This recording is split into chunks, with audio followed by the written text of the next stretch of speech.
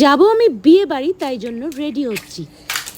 যা, আইস রোলারে আইস জমিয়েছিলাম, কিন্তু ঠিক করে না জমার ফলে টোটালি ঘরে আমার জল পড়ে গেল। তোমরা দেখতেই পাচ্ছ, এইটা যা হওয়ার তো হয়েই গেছে, কিন্তু আমাকে কি করতে হবে, আমি কিন্তু আমার স্কিনটাকে প্রেপ করার জন্য, যেহেতু আমি আজকে ওয়াটারপ্রুফ মেকআপ করব, যেহেতু এত গরম, কিন্তু আমার ঝাঁ চকচকে দেখানোর জন্য ভাই স্কিনটাকে ওয়াটারপ্রুফ মেকআপের খুব প্রয়োজন। কারণ বিয়ে বাড়ি ভাই, কত লোকের সমাগম, কত লোক আমাকে দেখবে, তাই না? তো তাই জন্য স্কিনটাকে ভালো মতো করে আইস দিয়ে আমি এইভাবে জাস্ট রাব করে নিচ্ছি। তাতে কি হবে, আমার স্কিনটা অনেকটা রিল্যাক্সড হয়ে যাবে। তো তোমরা দেখতেই পাচ্ছ কিভাবে আমি আমার স্কিনের উপর আইসটাকে রাব করে নিলাম। এরপরে আমি কিন্তু টোনার ইউজ করছি, যেহেতু আমার অ্যাকনে প্রোন স্কিন এবং প্রচণ্ড পরিমাণে অয়েলি, তাই জন্য টোনিং কিন্তু মাস্ট। মেকআপের আগে কিন্তু সমস্ত ধরনের স্কিন প্রিপারেশন কিন্তু প্রয়োজন। এই যে আমি এখানে লেন্সটা ইউজ করছি, এটা আমি বহুত বছর ধরে ইউজ করছি, সেম কোম্পানি। এই লেন্সটাকে কিন্তু নয়, এটা আমি 6 মাস অন্তর অন্তর চেঞ্জ করি। তো আমি খুব ইজিলি লেন্স পরতে পারি। যারা পরতে পারো না, তারা আমার মতো এরকম একটা সিলিকনের কিনতে পাওয়া যায় ফ্লিপকার্ট, অ্যামাজনে, তারা কিনে নিয়ে এইভাবে লেন্স কিন্তু পরতে পারো। এখানে আমি একটা বডি ওয়াইজের একটা সিরাম নিয়ে নিচ্ছি, যেটা আমি মেকআপের আগে ইউজ করছি আজকাল। তো তাতে কি হবে, এইটা দিলে আমার স্কিনটা একটু টাইট ফিল করবে। যেহেতু আমি একটু হেলদি হয়ে গেছি, তো আমার স্কিনটা কিন্তু অলরেডি ফুলে ফুলে উঠেছে, তাই জন্য আমি এই প্রোডাক্টটা ইউজ করছি। এখন আমি হালকা একটু ময়েশ্চারাইজার দেবো, কারণ আমি বেশি ময়েশ্চারাইজার ইউজ করব না, কারণ আমার স্কিন প্রচণ্ড পরিমাণে অয়েল প্রোডাকশন করে। তো তোমরা দেখতে পাচ্ছ হালকা হাতে আমি জাস্ট হালকা রাব করে নিচ্ছি, যাতে আমার স্কিনটা একটু প্রেপ লাগে, যাতে ফুললি প্রেপড হয়। এনিওয়েজ, তো তোমরা দেখতেই পাচ্ছ যে মোটামুটি হালকা হাতে আমি ভালো মতো করে ম্যাসাজ করে নিচ্ছি এবং কিছুক্ষণের জন্য স্কিনটা প্রেপ হতে ছেড়ে দেবো। এরপরে আমি একটা পিএসির একটা ওয়াটারপ্রুফ সিরাম ইউজ করব আমার ফুল ফেসে অ্যাজ এ প্রাইমার। আমি পরেও প্রাইমার ইউজ করব, তোমরা দেখতেই পাবে আমি কি প্রাইমারটা ইউজ করছি। যারা যারা পিএসির এই প্রোডাক্টটা ইউজ করেছো, তারা কিন্তু জানিও, তারা ঠিক আমার মতো করে মেকআপ করো না অন্যভাবে করো, প্রসেস কিন্তু আলাদা হতেই পারে। আমি এখানে রেনের একটা ফিল্টারওয়ালা একটা প্রাইমার নিয়ে নিচ্ছি, যেটা আমি হালকা হালকাভাবে ইউজ করলাম। এই যে আমার আইব্রোজ, এটা স্পুলি দিয়ে একটু সেট করে নেব। দেন আমি ইউজ করবো একটা ব্ল্যাক আই শ্যাডো, যেটা দিয়ে আমি আমার আইব্রোটাকে ড্র করে নিচ্ছি। আর এই যে মাস্কারাটা দেখছো, জাস্ট হালকা সেট আপের জন্য আমি হালকা করে লাগিয়ে নেব। আমি বেশি পছন্দ করি না আইব্রোজ খুব ডার্ক। তো এইভাবে আমি একটা মেকআপ স্টুডিওর ইয়েলো একটা কনসিলার নিয়ে নিয়েছি, যেটা এটা ফাউন্ডেশনও ইউজ হয়, তো আমার কাছে ছিল, এটা আমি অ্যাজ এ কনসিলার ইউজ করছি। তো এটাকে খুব ভালো মতো করে ওয়েট একটা স্পঞ্জ দিয়ে আমি খুব ভালো মতো করে এটাকে ব্লেন্ড করে নিলাম। দেন হুডা বিউটির একটা চাই বলে একটা রয়েছে, যেটা এখন আমার স্কিনটা অনেকটা ব্রাইট, তাই জন্য এইটা আমার স্কিন টোনের সাথে যায়। এখানে ওই পিএসির যে ওয়াটারপ্রুফ মেকআপ সিরামটা, এটা আমি জাস্ট দিয়ে 2 ড্রপ দিলাম, আর এটাকে কনসিলার ব্রাশ দিয়ে ভালো মতো করে ব্লেন্ড করে নিচ্ছি এবং আমার স্কিনে অ্যাপ্লাই করে নিচ্ছি। তোমরা দেখতে পাচ্ছ অনেক কিন্তু রয়েছে আমার এখানে পিম্পলস। ঠিক আছে, কয়েকদিন ধরে আমার পেটটা ঠিক থাকছে না, তাই জন্যই কিন্তু আমার পিম্পলসগুলো হচ্ছে। আর আমি সিরাম আর আমি যেগুলো ডেলি রুটিন ইউজ করি, সেগুলো মাঝে মাঝে স্কিপ করে দিচ্ছিলাম, তো তাই জন্য। তো এইভাবে গোটা ফেসে আমি ফাউন্ডেশনটা লাগিয়ে নিচ্ছি, আর কিপ্টের মতো গোটা গলাতে এইভাবে ঘষে নিলাম, যেটা সবাই দেখতেই পেলে। হালকা একটা ফিক্সার দিয়ে জাস্ট আমি এইভাবে ব্রাশের মধ্যে দিয়ে আমার ফুল ফেসটাকে হালকা হালকা করে ব্লেন্ড করছি। তো তোমরা দেখতেই পেলে। এবার আমি একটা ভেজা স্পঞ্জ নিয়ে কিন্তু বাকিটা ব্লেন্ডিং কিন্তু করে নেব। দেন আমার যে কন্ট্রোল স্টিকটা রয়েছে, এটা আমার ফোকালিউডের, তো এইটা দিয়ে আমি জাস্ট আমার ফেসটাকে কন্ট্রোল করবো, নাচছিলাম। এইবার আমি ওই ব্রাশটা দিয়ে, সেম ব্রাশ আমি পিএসির এখানে 265-এর একটা ব্রাশ রয়েছে সেটা আমি ইউজ করি, এবং যেগুলো আমার ব্লেন্ডিং এরিয়া সেগুলোকে গলার দিকে, যেগুলো কন্ট্রোর এরিয়া সেগুলো আমি নিচের দিকে ব্লেন্ড করব, আর যেটা আমার ওপরের দিকে সেটা আমি ওপরের দিকে ব্লেন্ড করব। এবার আমি একটা ভেজে স্পঞ্জ নিয়ে সে আমার নাকটা কন্ট্রোল করেছিলাম সেটাকে আমি ভালো মতো করে ব্লেন্ড করে নিলাম। এখানে আমি একটা সিক্রেট কার্লার একটা ব্লাশ প্যালেট নিয়েছি। এর পিগমেন্টেশন রিয়েলি খুব ভালো। যারা একটু রিজনেবল প্রাইসের মধ্যে এই প্যালেটটা চাইছো তারা কিন্তু ইয়োরশপ রায়গঞ্জের সাথে যোগাযোগ করতে পারো। তো এই হচ্ছে আমার আজকে ব্লাশ। তো আমি একটু ক্রিম ব্লাশ ইউজ করি, আমি পাউডার ব্লাশ ইউজ করি না। এবার আমি একটু হাইলাইট এরিয়াতে একটু কনসিলার লাগিয়ে দিলাম মেকআপ স্টুডিওর থেকে। যারা এই প্রসেসটাই কিন্তু সবাই ইউজ করতে পারো, কিন্তু প্রোডাক্টগুলো ওয়াটারপ্রুফ হওয়া চাই। এবার আমি হালকা হালকা ভাবে আমি ট্রান্সলুসেন্ট পাউডার ইউজ করছো। এখানে কিন্তু তোমাদেরকে ওয়াটারপ্রুফ পাউডার ইউজ করতে হতো, যেহেতু আমার কাছে ছিল না তাই জন্য কিন্তু আমি এই পাউডারটা ক্রাইলনের এই পাউডারটা ইউজ করছি হোয়াইট কালারের। তো এইভাবে গোটা ফেসে আমি ভালো মতো করে লাগিয়ে নিলাম।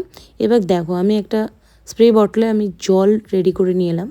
তো এই হচ্ছে, তো মোটামুটি দেখো হাতে যেটা লাগিয়েছিলাম সেটা যাচ্ছে না, তো যেহেতু এবার জলটাকে নিয়ে আমি ফুল ফেসে ভালো মতো করে স্প্রে করে নেবো যতটা প্রয়োজন। একটু বেশি করে স্প্রে করলেও হয়। মেকআপ কিন্তু আমার যতক্ষণ শুকোচ্ছে ততক্ষণ আমি শাড়িটা পরে নিচ্ছি। শাড়িটা পরা হয়ে গেল, কিন্তু আমার স্কিনে কিন্তু দেখো জল কিন্তু শুকিয়ে গেছে, এবং এরপরে আমি টিস্যু দিয়ে কিন্তু ড্যাব করছি। তো মোটামুটি যেটা অয়েল থাকবে সেটা কিন্তু বেরিয়ে যাবে। এবার আমি করছি আমার আইজ। তো শাড়ি অনুযায়ী কিন্তু আমি আইজ করিনি, অত ভাইব্রেন্ট কালার আমি আইজে রাখতে চাইছিলাম না। আমি একটু স্মোকি আই মেকআপটাকে একটু বেশি পছন্দ করি, এবং সেটা আমার ফেসের সাথে খুব ভালোই যায়। তো যাই হোক আমি একটু এনহ্যান্স করে নিলাম কাজল দিয়ে এবং ব্ল্যাক আইশ্যাডো দিয়ে টোটালতে ভালো মতো করে লাগিয়ে নিলাম। এরপরে আমি যেটা এক্সট্রা পাউডার ছিল সেটা আমি ভালো মতো করে ডাস্ট অফ করে নিলাম। এবার আমি হাইলাইট লাগাচ্ছি, আর একটুখানি আমি ব্রোঞ্জার দেব, যেটা আমি বেনিফিটের হুলা যে ব্র্যান্ডটা রয়েছে সেটা আমি ইউজ করছি, এবং আমার যেগুলো জায়গায় একটু প্রয়োজন ছিল সেইখানে আমি ভালো মতো করে ব্রোঞ্জার দিয়ে নিলাম। এবার ম্যাকের একটা ফিক্সার দিয়ে আমি ফুল ফেসটাকে সেট করে নেব। দেখো ভাই কতটা হেলদি হয়ে গেছি আমি, আগের থেকে রাত দিন খেয়ে যাচ্ছি, আবারও বিয়েবাড়ি খেতে চলেছি। এবার আমার হেয়ার করার পালা। এখানে তোমরা দেখতে পাচ্ছ আমি রাইকনিকের স্ট্রেটনার নিয়ে নিচ্ছি, এবং আমার ফুল হেয়ারটাতে আমি হিট প্রোটেকশন স্প্রে লাগিয়ে নেব এবং ভালোভাবে কম করবো, যাতে আমার হেয়ারের কোনো সেরকম ক্ষতি না হয়। কিন্তু হেয়ার কিন্তু এই প্রসেসে করতে গেলে কিন্তু হেয়ারটা অনেকটা বেঁচে থাকে, কিন্তু আমি চেষ্টা করব তোমাদেরকে বলি যারা যারা এইরকমভাবে হিট ইউজ করছো, এখানে আমি টেম্পারেচার হাই রেখেছিলাম, এবং দেখো আমি কিভাবে আমার গোটা চুলটাকে কিভাবে কার্ল করবো। জাস্ট লুজ কার্ল আমি খুব পছন্দ করি, তো এইভাবে জাস্ট ঘুরিয়ে নিচ্ছি আর এইভাবে জাস্ট রাখলাম। দেখো এরকমভাবে বড় বড় সেকশন নিয়ে আমি কিন্তু আমার হেয়ারটাকে করে নিচ্ছি কার্ল। তোমরা দেখতেই পাবে আমি কত বড় বড় সেকশন নিচ্ছি যাতে আমার তাড়াতাড়ি হয়ে যায়, কারণ ক্লায়েন্টের তো করতে হচ্ছে না, করছি ভাই নিজের।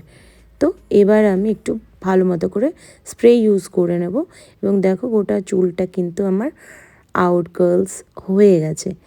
আর তোমরা দেখতেই পাচ্ছ এই কার্লসটা আমি মাঝে মাঝেই আমার হেয়ারে করে থাকি, আর এটাতে আমি খুব ভালো মতো দক্ষ হয়ে গেছি।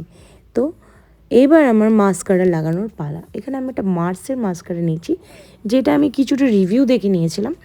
তো এই মাস্কারাটা না বেশ ভালোই, জাস্ট ওয়াটারপ্রুফ, কিন্তু এইটা খুব তাড়াতাড়ি তোমার আই ল্যাশেস থেকে উঠে যায় যখন তুমি ক্লিন করতে চাও, বা তুমি যদি অন্য কোনো ব্র্যান্ডে যেমন মেবলিনের একটা কোলোসল আছে সেটা যদি ইউজ করো তাহলে কিন্তু তোমার স্কিন মানে চোখের যে আই ল্যাশটা সেটাও কিন্তু তোমার মেকআপ রিমুভের সময় কিন্তু উঠে আসে।